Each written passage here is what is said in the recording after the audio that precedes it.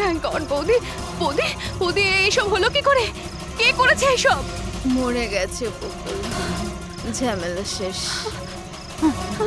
মেরে দিয়েছে, সব শেষ, মেরে দিয়েছি। শুধুমাত্র মেরে দিয়েছি বলেই প্রমাণ হয় না যে ওই বকুলকে মেরেছে। এটাও তো হতে পারে যে ও আরো কিছু বলতে চাইছিল। হ্যাঁ,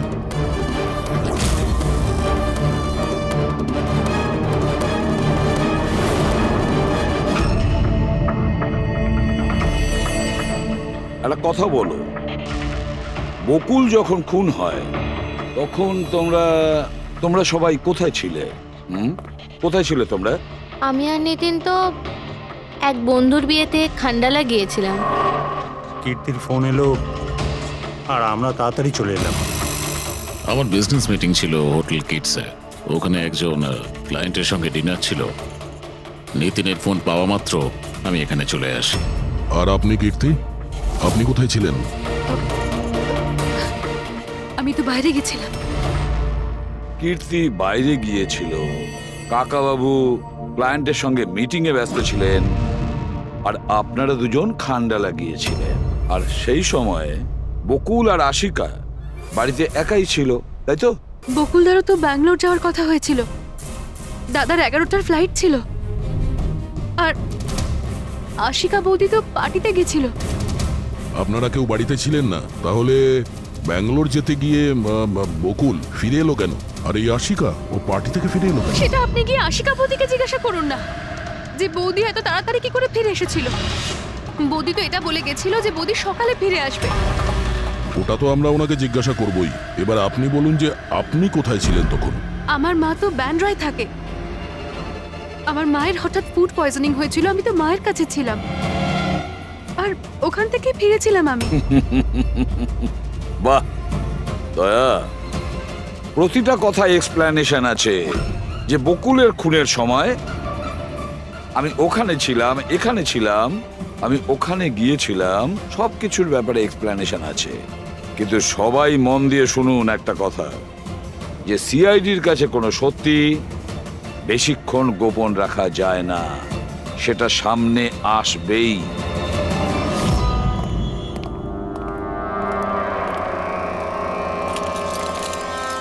হ্যাঁ, অভিজিৎ, পুরো বডির মধ্যে কাঁচের টুকরো গেঁথে ছিল। আর হ্যাঁ স্যার, টেস্ট করেও দেখেছি স্যার, এখানে যে রক্তটা আছে সেটার কোথাও নেই স্যার।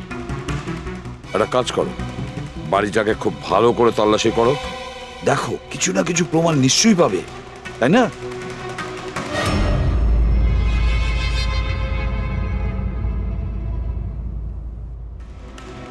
কিছু বললো কি? স্যার, ওর বক্তব্য ওর কিছুই মনে নেই। কিছু মনে নেই? আশিকা, তোমার কি মনে পড়ছে তুমি কীর্তিকে জ্ঞান হারানোর আগে কিছু বলেছিলে? মনে করো। আমার কিছুই মনে পড়ছে না। মনে করার চেষ্টা করো। কীর্তি বলছিল যে বকুলের খুন তুমি করেছো, এরকম তুমি নিজে ওকে বলেছো। কীর্তি মিথ্যে কথা বলছে। বকুলকে আমি মারিনি।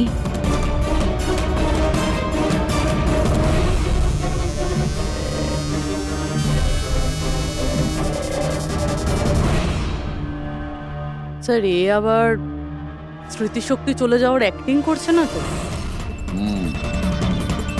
হতে পারে, কারণ বকুল এখানে রক্তাক্ত অবস্থায় পড়ে রয়েছে আর ওর মাথায় সামান্য একটু আঘাত, ব্যাস অজ্ঞান হলো কি করে? সেটাই তো, এর থেকে সত্যিটা বের করতে হবে। কি করে করবেন স্যার?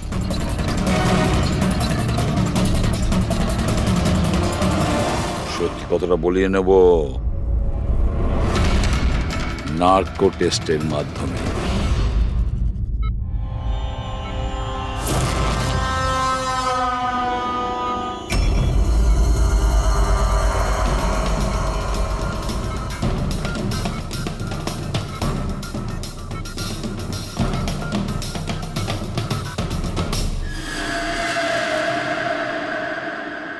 18ই এপ্রিল রাতে যখন পার্টি থেকে বাড়িতে ফেরেন কি হয়েছিল? আমি বাড়িতে ঢুকলাম, বকুল চিৎকার করছে। তারপর কি হয়েছিল? তারপরে আমি ঘরে গেলাম দেখার জন্য। কি দেখলেন আপনি? আমি গিয়ে দেখলাম যে বকুল ওখানে দাঁড়িয়ে আছে, ওর পিঠ থেকে রক্ত বেরোচ্ছে, আর আমি ওখানে একটা মেয়ের লাশ পড়ে আছে সেটা দেখতে পাই। আমি খুব রেগে গেছিলাম, আর আমি ওখানে পড়ে থাকা একটা কাঁচের টুকরোকে উঠিয়ে নিলাম।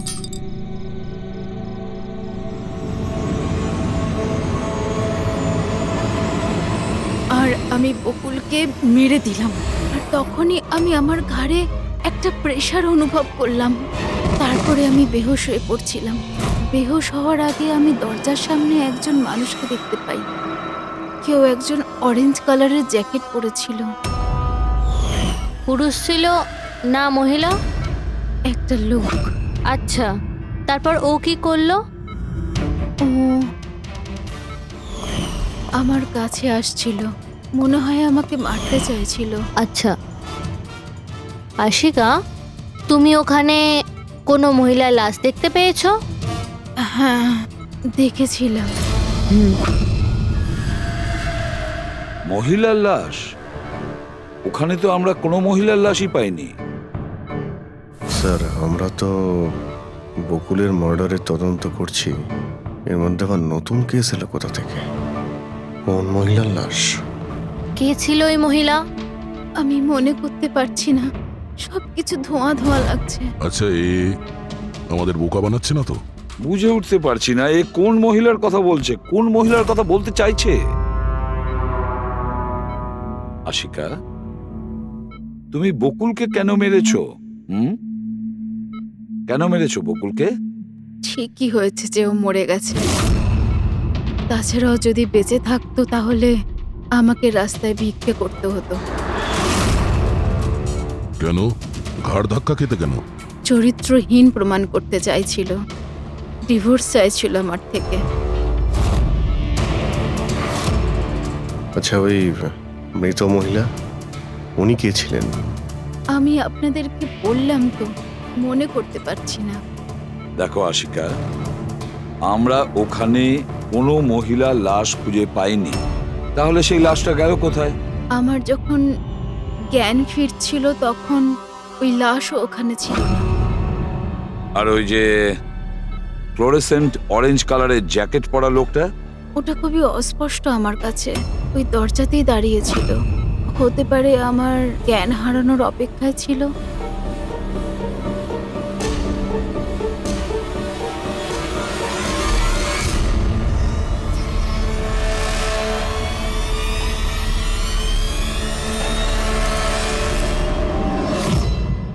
এখন আশিকা ওটাই বলছে যেটা ওর মনে হচ্ছে, কিন্তু টেস্টে আশিকা সবটা সত্যি বলেছে।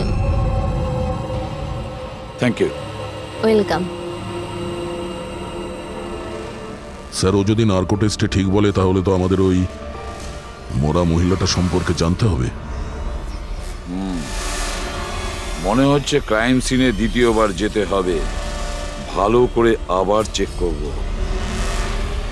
কোনো না কোনো প্রমাণ তো নিশ্চয়ই আমরা পাবো। স্যার, এই মেশিন কি কিছু স্পেশাল?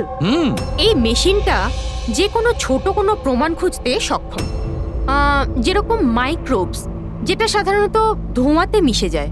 আর এই যে মেশিনটা না, একটা ঘরের মধ্যে একদম ক্ষুদ্র থেকে ক্ষুদ্রতর ডাস্ট পার্টিকলস, সেগুলো দিয়ে ওই জ্যাকেট পরা লোকটা সম্পর্কে আমাদের জানিয়ে দেবে যে এই ঘরের মধ্যে ছিল। খুব ভালো।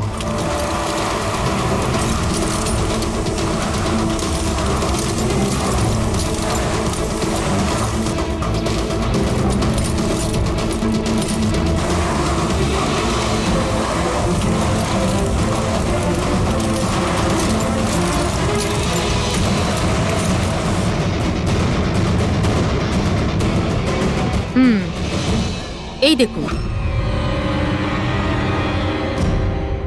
যেটা আমাদের নজর এড়িয়ে গিয়েছিল সেটাই মেশিনটা খুঁজে দিল।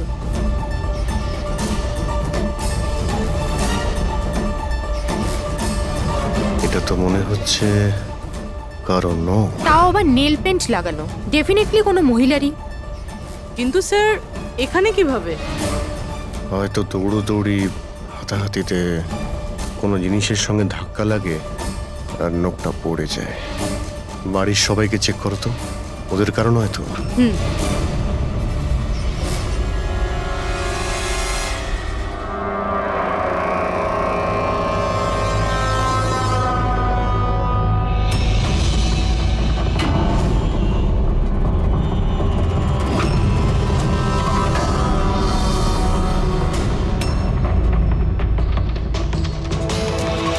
স্যার হ্যাঁ, ওই বাড়ির তো কারণ নয়, হয়তো ওই মহিলার হবে যার লাশ আশিকা দেখেছিল।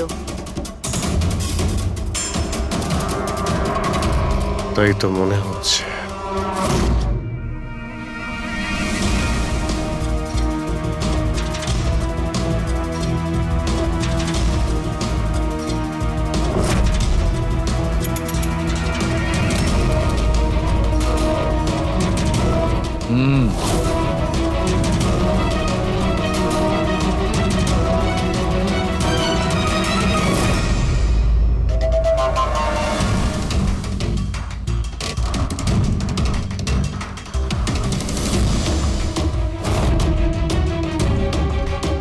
এই ব্যাপার সরকার।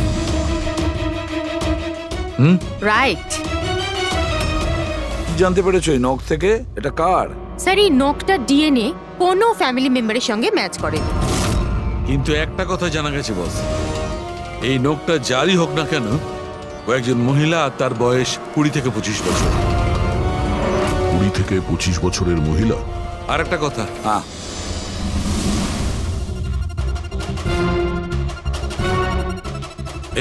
এই যে ছোট্ট ছোট্ট সাদা টুকরোগুলো দেখতে পাচ্ছ, এটা বলতে পারো যে হাই পার্সেন্টেজ অফ নখ থেকে পেয়েছে।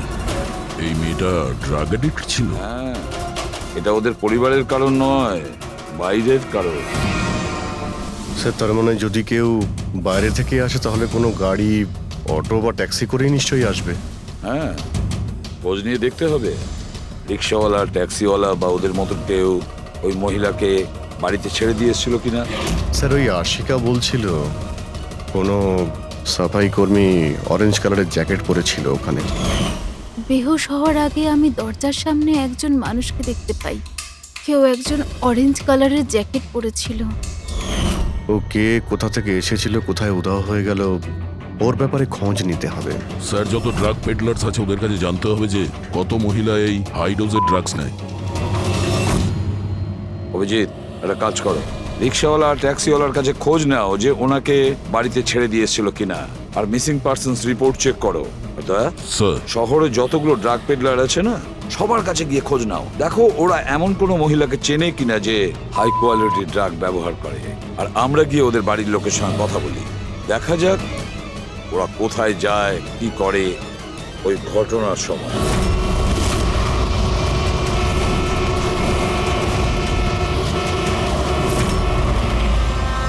তোমাদের অ্যাসোসিয়েশন থেকে জানতে পেরেছি যে 10 তারিখ মানে পরশু রাতে তুমি শান্তিনিবাস বাংলোতে কোনো মেয়েকে ড্রপ করেছিলে। হ্যাঁ স্যার, ছেড়েছিলাম।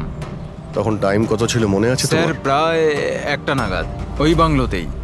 স্যার ও নেশার ঘরে ছিল আর বারবার ওর স্বামীকে গালি দিচ্ছিল। আচ্ছা, হ্যাঁ স্যার।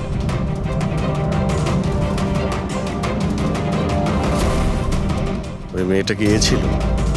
হ্যাঁ স্যার, এই মেয়েটা ছিল। ওখানে বাংলোর আশেপাশে কোনো গন্ডগোল হয়েছিল কি? না স্যার, গন্ডগোল তো কিছু মনে হয়নি, সবকিছু নর্মালি ছিল। আর একটা গাড়ি দাঁড়িয়ে ছিল, একটা বাইক আর একটা গার্বেজ ভ্যানও ছিল।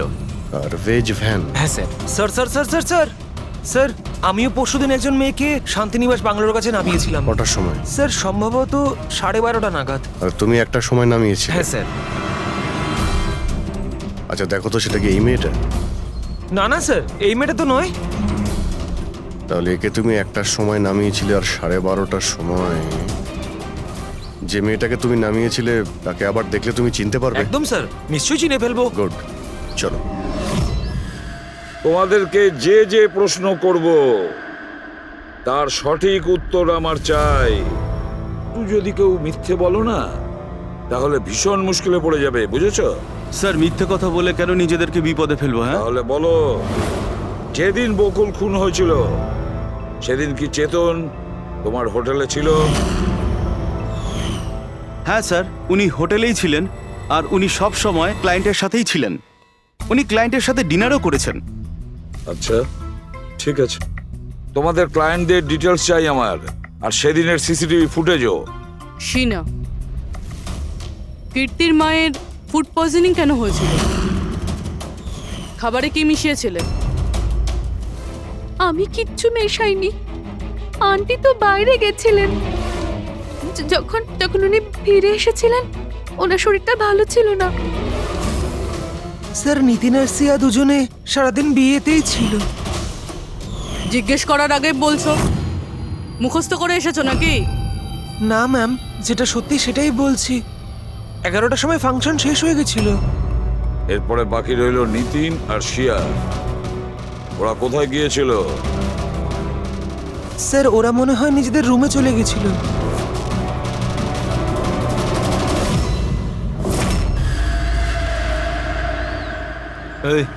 এই মাল কোথায় পাওয়া যাবে?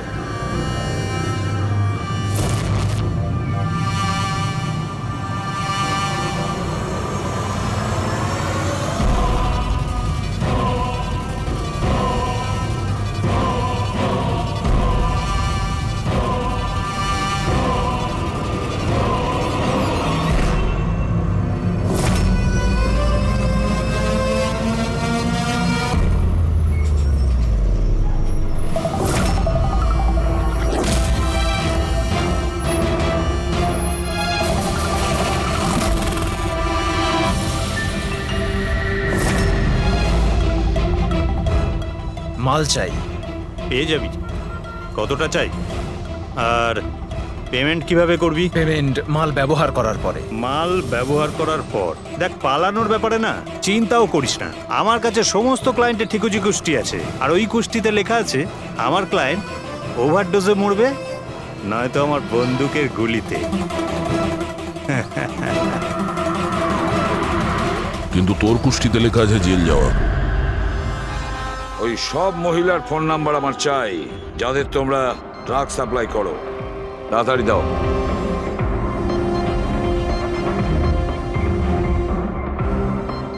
পুরবি, দেখো তো একটু কল করে এই সব নম্বরে। দেখো কেউ আবার উধাও হয়ে যায়নি তো।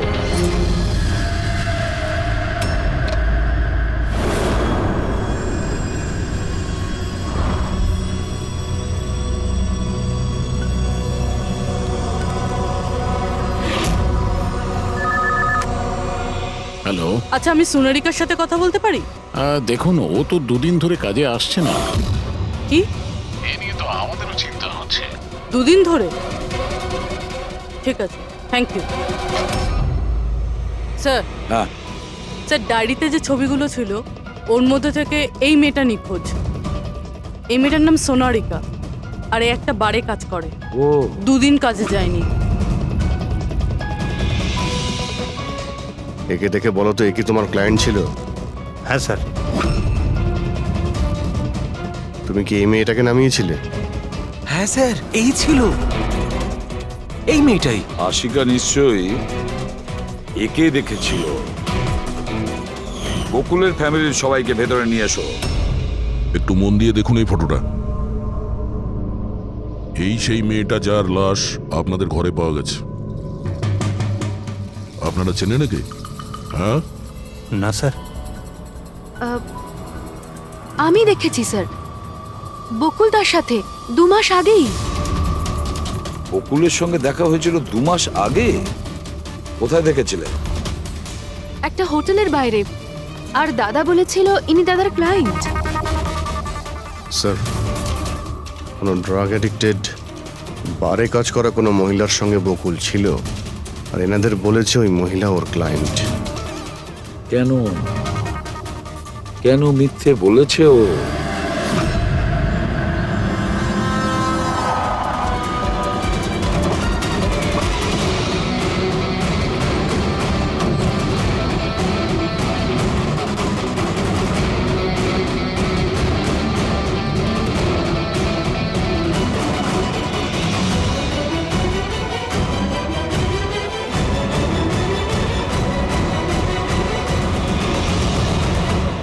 আচ্ছা, সোনারিকা এখানেই কাজ করতো না? আগে হ্যাঁ, এখানেই কাজ করতো। আপনারা কে? সিআইডি। সোনারিকা খুন হয়ে গেছে। সে কি? এই জন্যই দুরাত্রির ধরেও কাজে আসছে না। হ্যাঁ, কিন্তু আমরাও লাশটা পাইনি। আর সাথে সাথে এর নাম বকুলেও খুন হয়েছে। আমরা এটা জানতে চাই যে সোনারিকার সঙ্গে এই বকুলের কি সম্পর্ক ছিল? সম্পর্ক কি ছিল তা তো জানি না, তবে হ্যাঁ, এই লোকটা কখনো কখনো আমাদের বারে ওকে নিতে আসতো। এ ব্যাপারে আরো কিছু খবর আপনাদের তেজি দিতে পারবে স্যার। এই তেজিটাকে? স্যার, এই হলো তেজি। তেজি, সোনারিকা তোমার বন্ধু। এটা বলো যে এই লোকটার সঙ্গে সোনারিকার কি সম্পর্ক ছিল? স্যার, সোনারিকার সাথে বকুলের অ্যাফেয়ার চলছিল। বকুল ওর সমস্ত এক্সপেন্সিভ খরচগুলো দিত, কিন্তু ওর বকুলের বিরুদ্ধে সবসময় কোনো না কোনো অভিযোগ থাকতো। ঠিক কিরকম বলো তো? ওই তো, যেমন ধরুন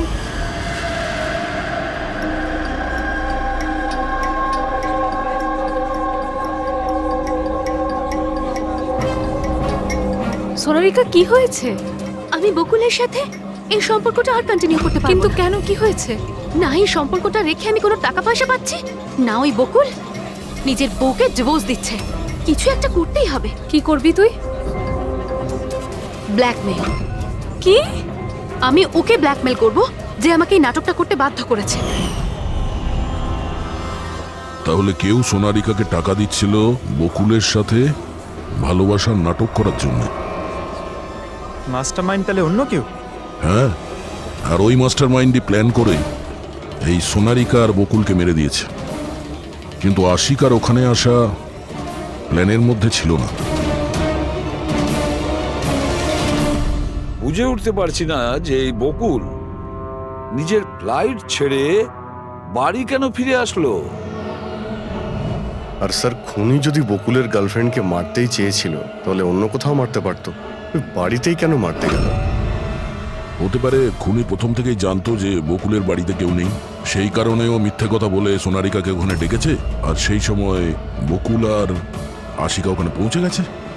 এটা হতে পারে, কিন্তু স্যার, লাশটাকে ঘরের বাইরে কোথায় নিয়ে যেতে পারে আর কিভাবে? কারণ বকুলের বাড়ির সমস্ত গাড়ি তো আগে থেকেই বাইরে ছিল। উনি যদি চাইতো তাহলে লাশটাকে টুকরো করে সুটকেসে নিয়ে যেতে পারতো, বা লাশটাকে টুকরো করে প্লাস্টিকে ভরে ডাস্টবিনেও ফেলে দিতে পারতো। ওই যে ডাস্টবিনগুলো আছে না বাইরে। হ্যাঁ স্যার। একটা গাড়ি দাঁড়িয়েছিল, একটা বাইক, একটা গার্বেজ ভ্যানও ছিল। কি? রাত্রি 1টার সময়? রাত্রি 1টার সময় বাংলোর বাইরে ময়লার গাড়ি দাঁড়িয়ে ছিল? তার মানে স্যার এই খুনটা প্ল্যান করা ছিল। খুনি গার্বেজ ভ্যান নিয়ে এসেছিল লাশটাকে সরিয়ে ফেলার জন্য। আর স্যার, এই ফ্লুরোসেন্ট অরেঞ্জ কাপড় গার্বেজ ভ্যানের লোকেরাই তো পরে। স্যার, হ্যাঁ, চেতন যেই কোম্পানির বিজনেস ডিনারে গিয়েছিল, এই নামে কোনো কোম্পানিই নেই। আমার বিজনেস মিটিং ছিল হোটেল কিটসে। আর কীর্তির মা বাইরের কিছুই খায়নি। আমার মা ব্যান্ড্রয় থাকেন। মায়ের হঠাৎ করে ফুড পয়জনিং হয়েছিল, আমি তাই মায়ের কাছে আবার একবার ফুড পয়জন হোক কেমন? ঠিক আছে, এটাও জানা দরকার যে যে রাতে বকুল আর ওই মেয়েটা খুন হয়েছে, ওই রাতে খান্ডালা থেকে কোনো ট্যাক্সি বা প্রাইভেট কার বাংলোতে এসেছে।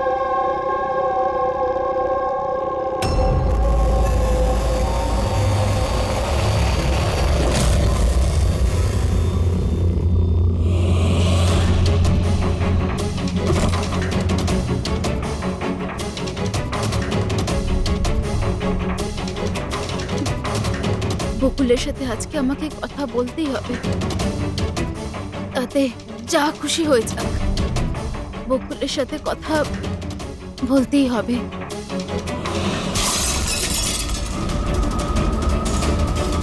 বাড়িতে তো কেউ নেই, তাহলে এই আওয়াজ কিসের?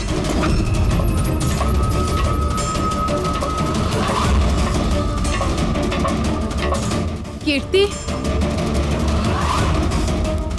বকুল, কেউ কিছু বলছে না কেন? কীর্তি ভাই, কীর্তি!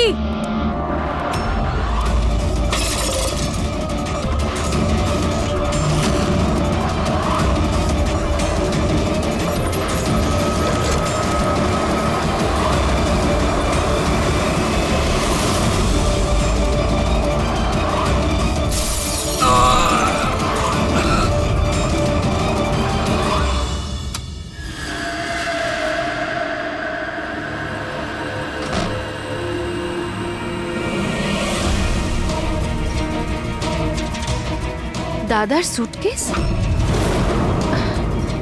দাদা ব্যাঙ্গালোর যায়নি বুঝি?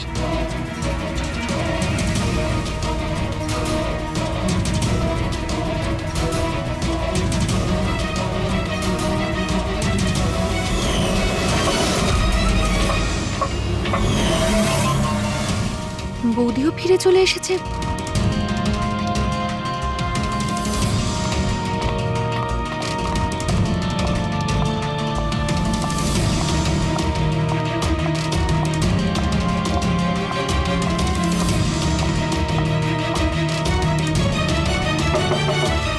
দাদা, বকুলদা, দাদা তুই ব্যাঙ্গালোর যাসনি? বৌদি,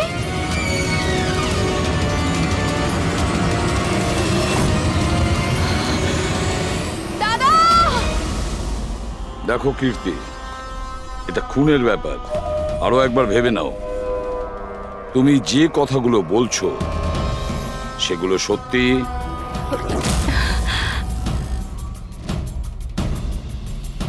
স্যার আপনি, আমাদের মনে হচ্ছে না এই ব্যাপারটা সত্যি। আপনার মনে হওয়া না হওয়াতে কিছু এসে যায় না। যখন আপনাকে কিছু জিজ্ঞাসা করা হবে তখনই বলবেন। হতে পারে ও সত্যি বলছে, কি জানি। আমি পাগল নই, আমি সম্পূর্ণ সুস্থ। আমি বলছি তো আপনাদের, আশিকা বৌদি নিজেই বলেছে, বৌদি নিজে দাদাকে খুন করেছে। তোমার মায়ের রোগের ব্যাপারে সত্যি সত্যি বলো। ওনার মেয়ের শিনার কথা অনুযায়ী ওনার এই অবস্থা ঘরের খাবার খেয়ে হয়নি। হ্যাঁ, এটা সত্যি। মা ঘরের কোনো খাবার খায়নি, বরং মা তো আমাকে বলছিল যে মা ড্রাইভারের সাথে কোথাও বাইরে গেছিল আর কারে বসে কিছু ওষুধ খেয়েছিল। ওষুধ খেয়েছিল? হ্যাঁ, আমাদের ড্রাইভার অমনও তাই বলছিল। তোমাদের ড্রাইভার এখন কোথায়? স্যার, আমি সমস্ত ড্রাইভারদের নিয়ে এসেছি যারা গার্বেজ ভ্যান চালায়। আমরা একটা গার্বেজ ভ্যানের সন্ধান পেয়েছি, যেটা মাঝরাতে রাস্তার মাঝখানে দাঁড়িয়েছিল, যাতে লাশ বয়ে নিয়ে যাওয়া হয়েছিল। ভ্যানের ব্যাপারে জানতে পেরে গিয়েছি। সার্ভেলেন্স ক্যামেরাতে আমরা সেটা পরিষ্কার দেখতে পেয়েছি। কেন?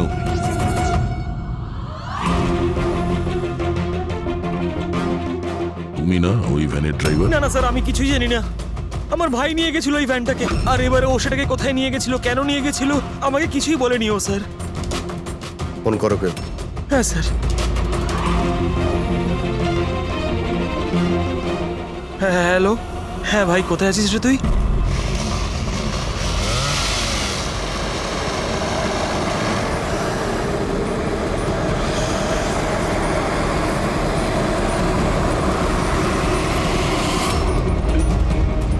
কি ভাই, কেমন আছেন?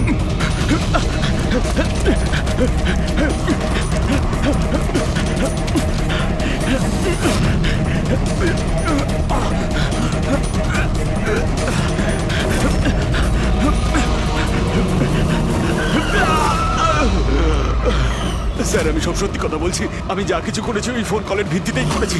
বকুল স্যারের বাংলো থেকে কল করেছিল। কে ফোন করেছিল বকুলের বাংলো থেকে? আমি তো তাকে কখনো দেখিনি, শুধু গলার স্বর শুনেছিলাম। মহিলা ছিল না পুরুষ? স্যার কখনো কখনো মহিলার গলার স্বরেও ফোন আসতো, আর কখনো পুরুষেরও। স্যার, সে যেই হোক না কেন, সে বকুলের বাড়ির লোকই। কিন্তু তুই এগুলো করেছিস কেন? কেউ ফোনে কিছু বলে দিল তুই করে দিবি? হ্যাঁ স্যার আমাকে লোভ দেখানো হয়েছিল যে আমার 5 লাখের দেনা শোধ করে দেওয়া হবে যদি ওনার কথা আমি শুনি। তো স্যার আমি লোভে পড়ে গিয়েছিলাম স্যার। আমি কোনো খুন করিনি স্যার, আমি শুধু লাশটার একটা ব্যবস্থা করেছিলাম স্যার। লাশ কোথায়?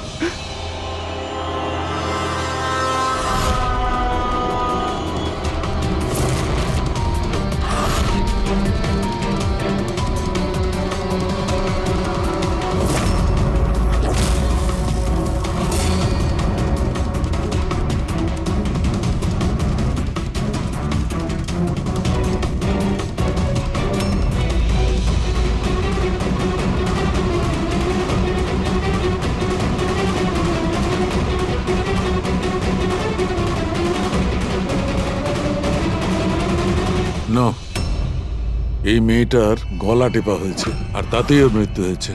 এই জন্য এর খুনের কোনো চিহ্ন খুঁজে পাওয়া যায়নি ক্রাইম সিন থেকে। আর এর পায়ের বুড়ো আঙ্গুলের নখটাও ভাঙা রয়েছে।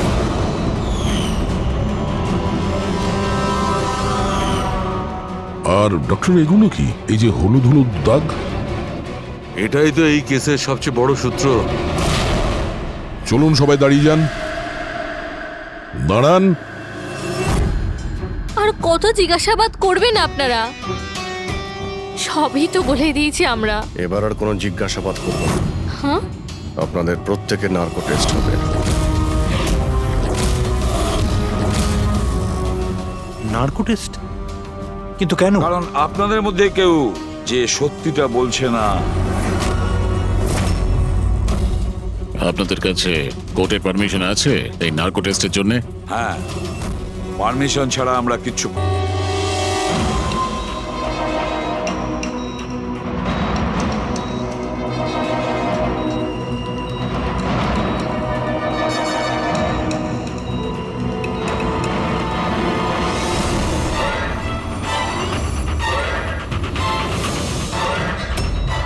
ঘুম আসছে? যা আমি আপনাকে বলবো তার সঠিক সঠিক উত্তর দেবেন, ঠিক আছে? সোনারিকাকে আপনি চেনেন? হ্যাঁ। বকুলের যে অ্যাফেয়ার ছিল ওর সাথে, এটাও জানতেন আপনি? হ্যাঁ, আমার দুজনকেই সন্দেহ হতো। তাহলে আশিকাই কি ওকে খুন করেছে? আশিকা তো সোনালিকাকে চিনতই না, তাহলে খুন কি করে করবে? আপনার এখন ঘুম পাচ্ছে? সোনারিকাকে আপনি চেনেন? না। বকুলের সাথে সোনারিকার অ্যাফেয়ার আছে, এটা কি আপনি জানেন? না। তাহলে আশিকাই কি ওকে খুন করেছে?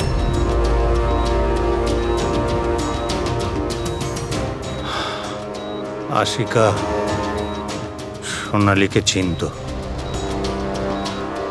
আর এই আশিকাই বকুল আর সোনালীকে খুন করেছিল।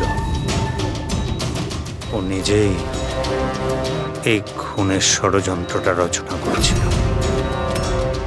আশিকা চালচলন কিছুদিন ধরেই খুব অদ্ভুত লাগছিল। এই কথাটা আমি বকুলকে বলেছিলাম। কি হয়েছে স্যার? কিছুই হয়নি নিতিন, শুধু এটাই বলার ছিল টুথ সিরাম অ্যাপ্লাই করলে মানুষ শুধু এটুকুই উত্তর দেয় যতটুকু তাকে প্রশ্ন করা হয়, এর থেকে বেশি কিছু বলে না। ব্যাপারটা হলো মানুষের ব্রেন নিজের মেমোরি শেয়ার করে, কিন্তু ওপিনিয়ন দেয় না, যেটা তুমি দিয়েছো। এখন সব কথাগুলো সত্যি সত্যি বলে দে, নাহলে তোকে আসল সিরামটা দিতে হবে। আসল সত্যিটা মানে আমরা যে ইনজেকশনটা দিয়েছিলাম ওটা আসল ট্রুথ সিরাম ছিল না, ওটা গ্লুকোজ ইনজেকশন ছিল। হোয়াট? তোমাকে আমরা আগেই সন্দেহ করেছিলাম, কিন্তু চেয়েছিলাম সব সত্যিটা তুমি নিজের মুখেই স্বীকার করো। নিতিন, সবকিছু তুমি খুব চতুর ভাবে দিয়েছো, কিন্তু মেয়েটার গলায় যে হলুদ রং লেগেছিল না, সেটাই তোমাকে ধরিয়ে দিয়েছে।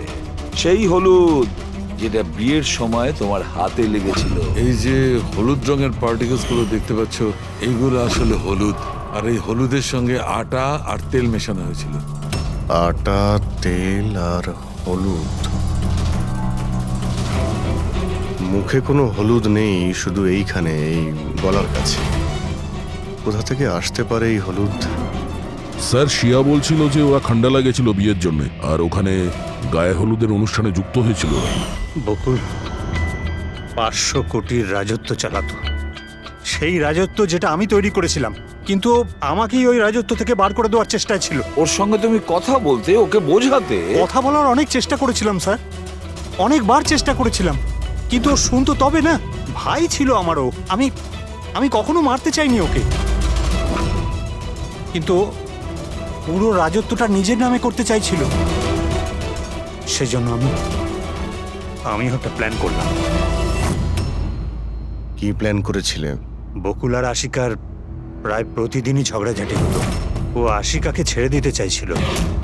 আমি সোনালীকে টাকার লোভ দেখালাম আর ওকে বললাম যে বকুলের সাথে মিথ্যে ভালোবাসার নাটক করে যাক।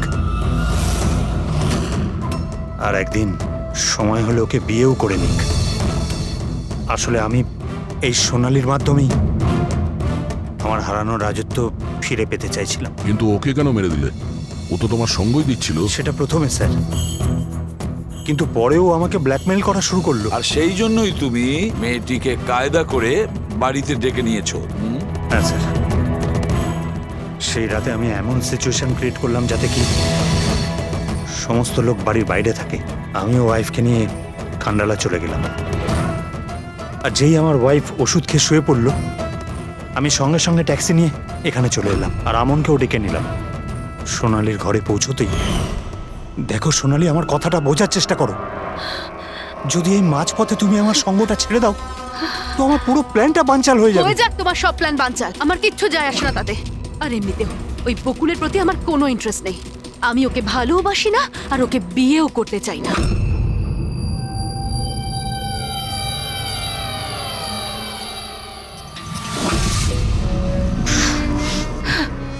দেখো, যদি তুমি আমাকে সঙ্গ না দাও না তো খুব পস্তাবে, বলে দিলাম। হুমকি আমি দিচ্ছ তুমি আমাকে?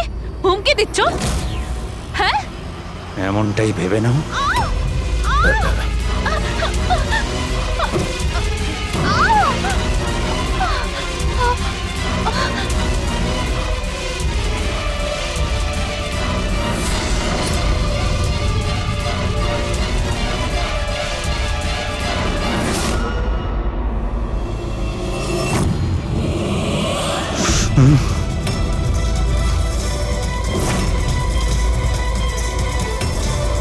দাদা, বকুল, এটা কি করলে তুমি? না না, এই সোনালী আমাকে ফাঁসানোর চেষ্টা সোনালী, করছে। আমি পুলিশকে ফোন করব। আমি এক্ষুনি ফোন করছি। বকুল!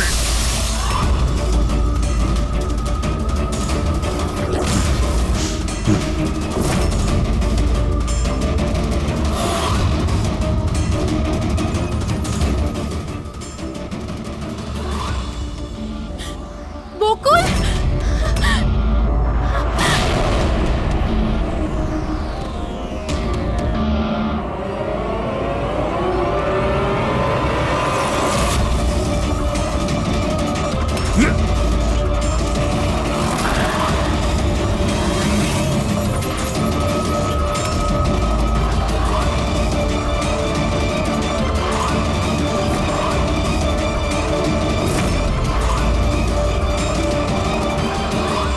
আমি অমনকে ফোনে প্রথমেই বলে দিয়েছিলাম সোনালীর লাশটা একেবারে সরিয়ে ফেলতে, আর ও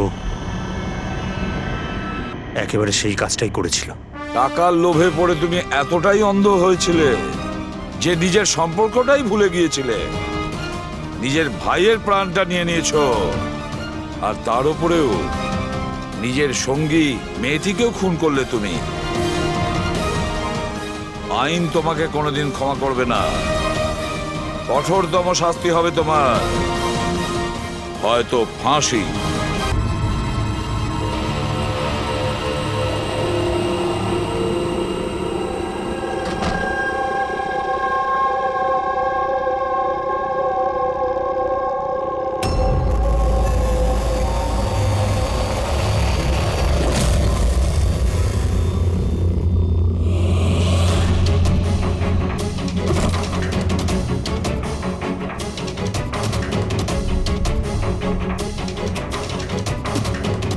বকুলের সাথে আজকে আমাকে কথা বলতেই হবে।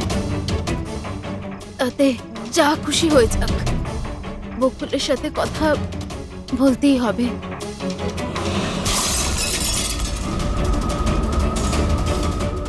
বাড়িতে তো কেউ নেই, তাহলে এই আওয়াজ কিসের?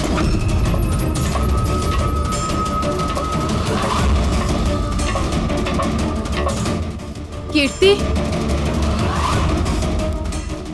বকুল, কেউ কিছু বলছে না কেন? কীর্তি, ভাই, কীর্তি